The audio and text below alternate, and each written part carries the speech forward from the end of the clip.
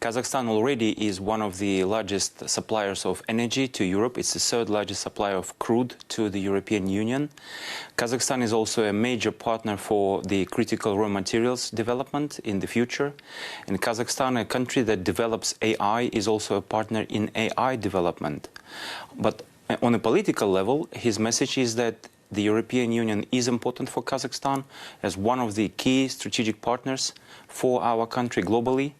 We are in the heart of Eurasia. We border Russia, we border China, but we would like very much to strengthen our mutually beneficial ties with the European Union.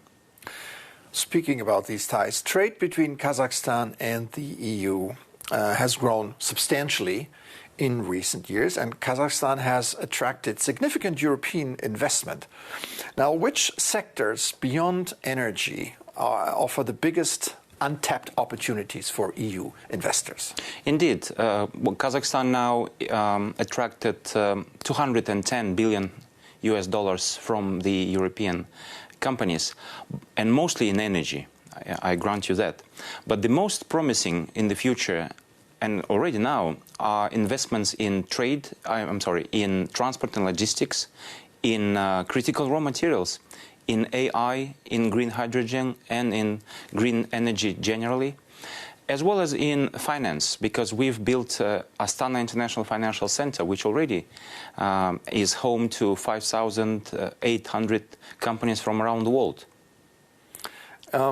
You mentioned that Kazakhstan possesses significant reserves of rare earths and other critical minerals. How can Europe make the most of these critical mineral supplies, and what does Kazakhstan offer? Well, Kazakhstan already produces 21 out of 34 critical raw materials that the European Union identifies as such in the Critical Raw Materials Act.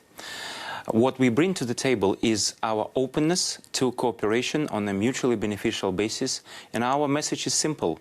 You bring investment and technologies, you not only extract, but process critical raw materials in Kazakhstan, and we both reap benefits from that. So already one big project in Kazakhstan is identified as a strategic project by the European Commission. That's a project that, according to Ursula von der Leyen, will be producing 100,000 batteries worth of graphite for electric vehicles a year once it's online. And this is just one example of the many to come. As you know, Europe is desperate to diversify away from Russian energy dependence. Is Kazakhstan prepared to become a major long-term energy partner for the EU, or are there limits of what you can do? Well, we are already, as I said, one of the three largest suppliers of crude to the European Union. There are limits because the limits have to do with the amounts that we can produce domestically in terms of oil production, and there are limits in terms of transportation capacities.